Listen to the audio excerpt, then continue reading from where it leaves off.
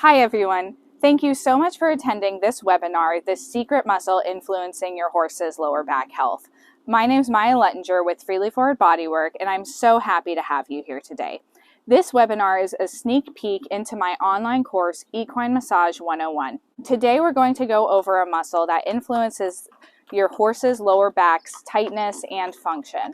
Then we're going to go over how to palpate this area, some things that may be causing pain in this area, how to massage it and stretch it, and finally different management techniques that you can use at home. Feel free to pause, screenshot, and practice all of this at home. Thank you so much for being here. Let's get started. So what is the secret muscle that influences your horse's lower back? I'm going to give myself a drum roll. It's the glute medius. The glute medius is a muscle that is tied in very closely with your horse's lower back muscles. A lot of people think when your horse has lower back pain that you should immediately start on the spine, but I'm here to tell you that if you do this, you're missing a major component that's playing a part in their ability to flex their spine and extend their hip. Your horse might be having trouble with their glute medius if they're refusing jumps, not jumping as well or being untidy with their hind end, having trouble moving from side to side in their hips in the leg yield or half pass, or look especially tied in at their lower back. It may look like they have more of an arch in their back than a normal horse. Finally, horses with hunter's bumps may have a glute medius issue because the glute medius is what fills out the horse's hip. And therefore, if it's underdeveloped, it can make a horse look like they have a hunter's bump. For those of you who don't know what a hunter's bump is, it's actually a protrusion of the tuber sacrale. What happens is that some of the ligaments in the pelvis that hold the wings of the pelvis together on the horse can actually get injured and lead to the ilium, or the wings of the pelvis, overlapping the sacrum. This can also sometimes be referred to as dropped hip. However, dropped hip and hunter's bump are actually two very different things. Dropped hip generally occurs when an acute traumatic accident happens and forces one side of the hip down, whereas hunter bump generally happens over repeated trauma in time, and slowly one of the sides of the pelvis comes up. So while hunter's bump and drop hip may look the same as an end result, they are actually two entirely different problems. The glute medius is called that because it is actually sandwiched between two other gluteal muscles, the deep or accessory gluteal and the glute maximus, or the superficial glute. The glute medius originates on the lumbar fascia of the sacrum and sacroiliac joint, which is part of why it has so much to do with your horse's lower back health. Then it inserts onto the greater trochanter of the femur. So it runs like this.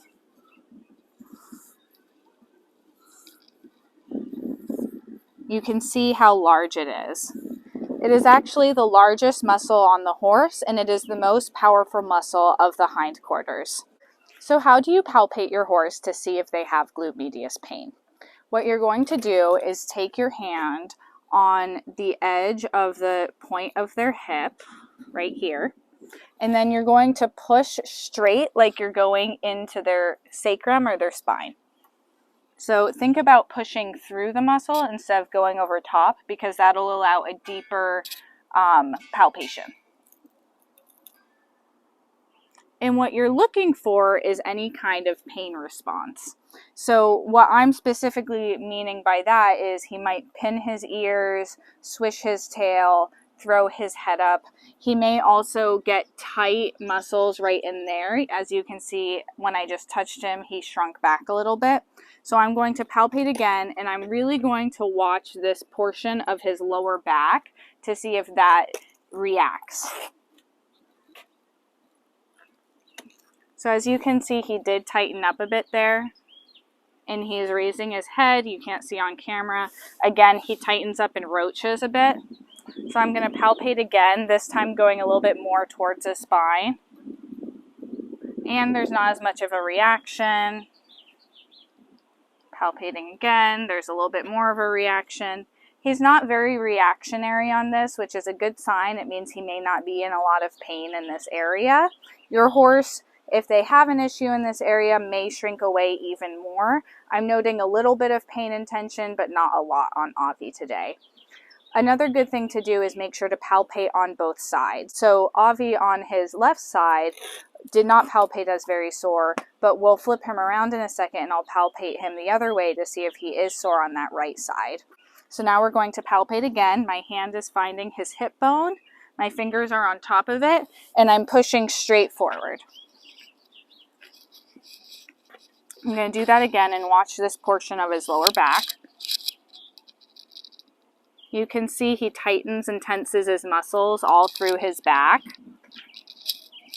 So I would say he definitely is more painful on his right side.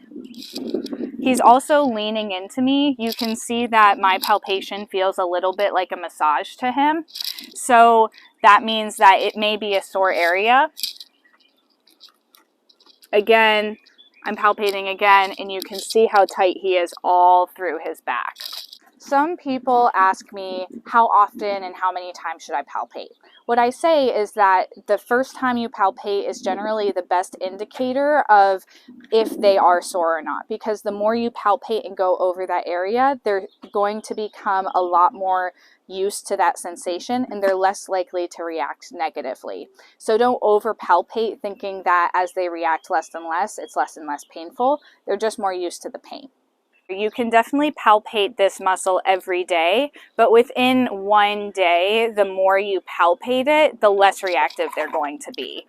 But if you palpate a few times and they're getting less and less reactive, if you wait a day and palpate it again, that first time is going to be what's the most telling. So here's how to massage the glute medius. You can do this yourself at home and try it on your horse.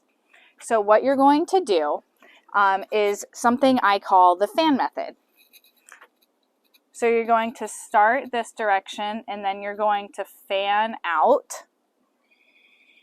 I'm drawing little arrows.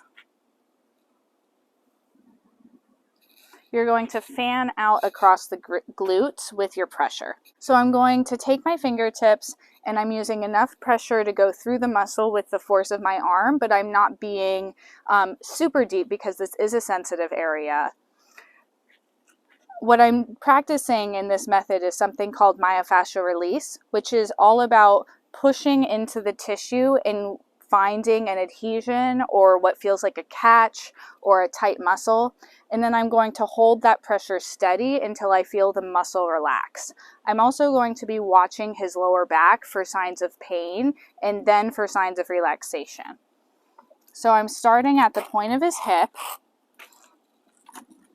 And I'm just gently starting. And you can see already with not a lot of pressure that he's moving away from me and he's tightening in his back a bit. His back is vibrating a little bit. So after I have pushed in, I wait. I see that he has a little bit of a pain response. So I don't use any more pressure. You don't need a lot of pressure, especially if they're sore in this area. And then I'm just going to wait until I see his lower back muscles relax. Good. You can see even though I'm holding very little pressure here and I'm staying in the same area, he's still reacting like it's pretty uncomfortable. So I'm just going to let up my pressure a little bit and let him get comfortable. Then I see his muscles relax. So I'm going to go in with just a tiny bit more pressure and I'm going to move forward a little bit back towards his spine. And again, you can see that his muscles tightened. So I'm just going to stay in this area, holding the pressure steady, not a lot of pressure. And I'm going to wait until his back muscles relax before moving any farther.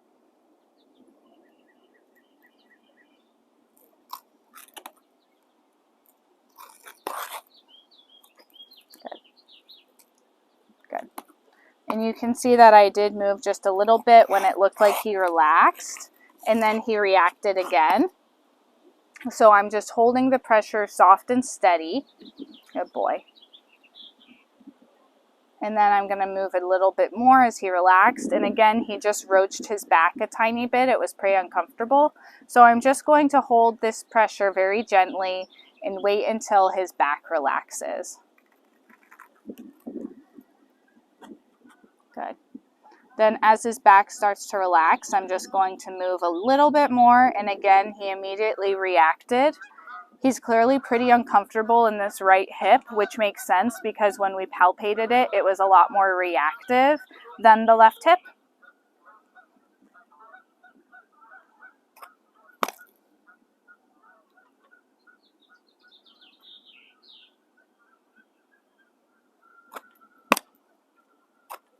And being careful of his hind legs.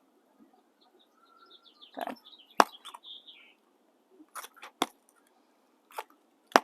And I'm just going to keep gently moving up. And then once I'm done with that first fan, I'm going to the next fan here. Okay, and then I'm starting at the point of his hip, going gently up until I see his back muscles react. There, his back muscles did react a little bit, so I'm just going to keep holding the pressure.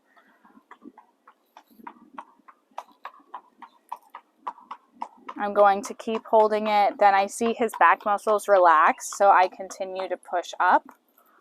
I see him tighten up and roach a little bit, so I'm just going to hold the pressure again and wait until he relaxes. Good.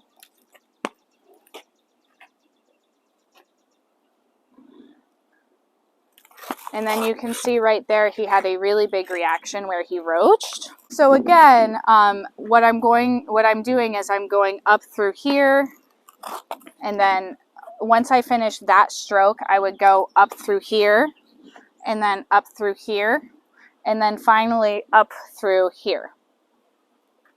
This is called the fan method, and it's how I massage the glute medius. So finally, there are some different ways to manage your horse if it seems like they have gluteal syndrome or glute medius issue.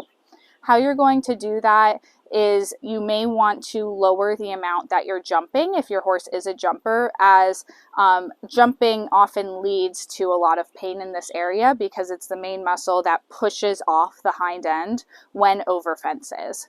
It may be helpful for jumping horses to strengthen their hind end by doing hill work, gentle hill work, walking and trotting up and down hills, instead of just doing over fences work, because this can strengthen and stretch the tissue without putting it through such an explosive movement such as jumping.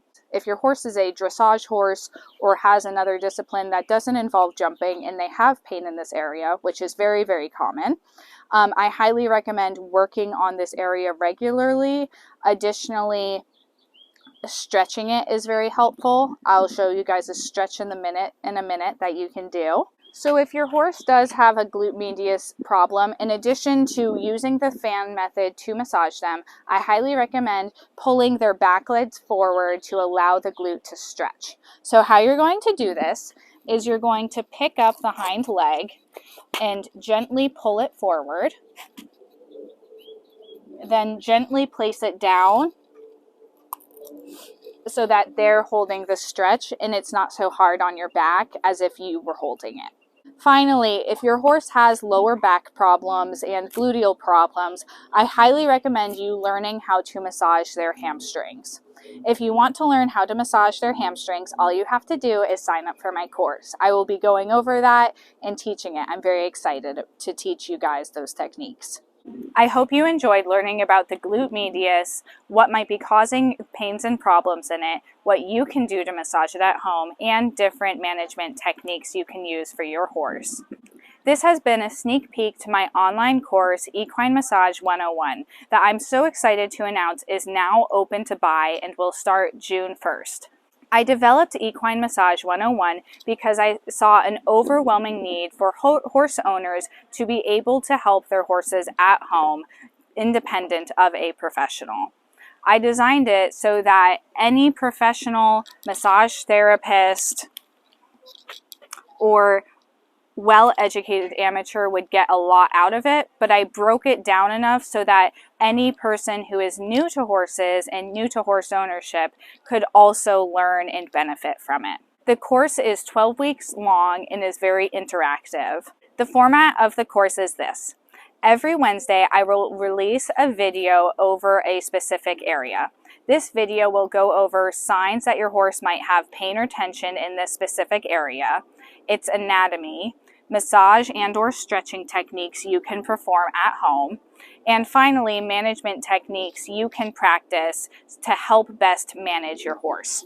Equine Massage 101 is designed for you if you have an older arthritic horse that needs extra help, if you're new to horse ownership and you want to learn extra things you can do to take care of your horse, if you're a seasoned professional or budding equine massage therapist and want to add more tools to your toolbox, if your horse is cold-backed, stiff in their neck, or stiff in their hips, this course will give you a lot of tools.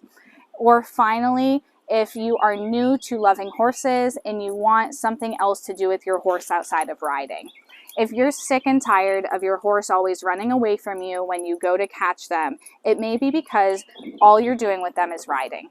Equine massage is a great way to build your relationship with your partner in a way that benefits them and benefits your performance. The course is available in 3 different tiers. The base tier is $99 a month and just includes the course as I described, and that is called the walk package. The trot package is the middle tier, and the trot package includes a supportive Facebook community in which after every Wednesday I release the videos, you will be allowed to video yourself practicing the techniques as well as post any questions you may have. Then every Tuesday I will go over the videos and all of the questions, and we will work through them together in an hour-long live at 5 p.m. Eastern Time. I am very excited to offer the trot package because I think that equine massage is very difficult to teach online, and anyone learning would highly benefit from the interactive, supportive community that this Facebook group would allow. Finally, there's also the canter package. The canter package includes everything in the walk and trot packages, as well as a monthly hour-long video call with me to get extra attention and support. The canter package is designed for anyone whose horse has a lot of specific issues, anyone who's interested in equine massage as a career, or anyone who really benefits from one-on-one attention. The online course and the packages available with it are available for purchase at my website, www.freelyforwardbodywork.com, under online courses. Again, I highly recommend the trot or canter packages as they have an interactive, supportive community behind them. More than anything, I designed this course and the community associated with it because I grew up in a rural part of the country where not only did I not have access to good body workers, I didn't have access to a supportive horse community. I want these communities to be a place that any horse owner feels safe to ask questions, feels supported, and feels like they belong. Thank you so much for joining me in this webinar. As a special thank you, everyone who joins gets a promo code called Glute Medius Live 10 that authorizes 10% off of the courses. When you go to purchase them, I highly recommend purchasing them in bulk or paying for all 3 months up front, because that way when you use the promo code, you will save the most money.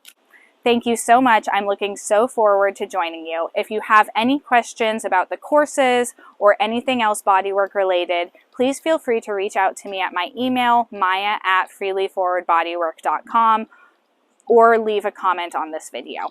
Thank you so much and have a great day.